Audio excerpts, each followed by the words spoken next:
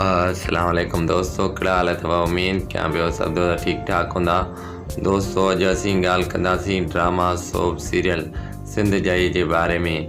दोस्तों हिन ड्रामे जो डायरेक्टर साहब केरु आहे या हिन ड्रामे में कहिड़ा कहिड़ा अदाकार सिंध जा मशहूरु शामिल आहिनि, या हीउ ड्रामो मुकमल तौरु सिंध टीवी यूट्यूब चैनल ते कॾहिं ईंदो, या हिन ड्रामे जी कहिड़नि कहिड़नि शहरनि में रिकॉर्डिंग हली रही आहे, अॼु सभु कुझु हिन वीडियो में मां तव्हांखे ॿुधाइण वारो आहियां। पर दोस्तों असांजी हिकु नंढड़ी रिक्वेस्ट आहे, जेकॾहिं तव्हां असांजे चैनल ते पहिरियों चकर नवां आहियो त महिरबानी करे चैनल खे सब्सक्राइब करे घंटीअ निशान ते ज़रूरु क्लिक कजो।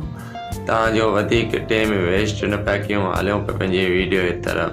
दोस्तों मां तव्हांखे ॿुधाईंदो हलां त हिन ड्रामे जो डायरेक्टर आहे साईं ख़ालिद शाह, ऐं ख़ालिद शाह तमामु बहितरीनु डायरेक्टर आहे जेको हिन ड्रामे खे रिकॉर्डिंग करे रहियो आहे। दोस्तों हिन ड्रामे जी रिकॉर्डिंग सकरंट, मीरपुर, मातेलो, इन खां अलावा ॿियनि शहरनि में हली रही आहे।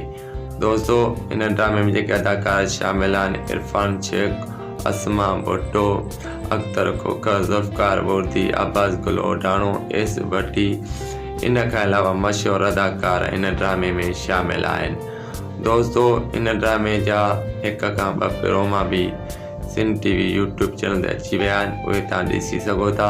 बाक़ी हीउ ड्रामो जेको मुकमल तौरु तमामु जल्द जेको आहे सिंध टीवी यूट्यूब चैनल ते तव्हां ॾिसी सघो था। दोस्तों हिन ड्रामे जी तमामु सुठी ऐं ज़बरदस्त कहाणी लिखी वई आहे, जेको तव्हां दोस्तनि खे ज़रूरु हिन ड्रामे जी कहाणी पसंदि ईंदी। दोस्तों हीउ तमामु बहितरीनु ड्रामो आहे जेको सुठी लोकेशन ते रिकॉर्डिंग हली रही आहे। दोस्तों अॼोको वीडियो तव्हांखे पसंदि अचे त लाइक करे, कमेंट करे ऐं चैनल खे सब्सक्राइब कंदा।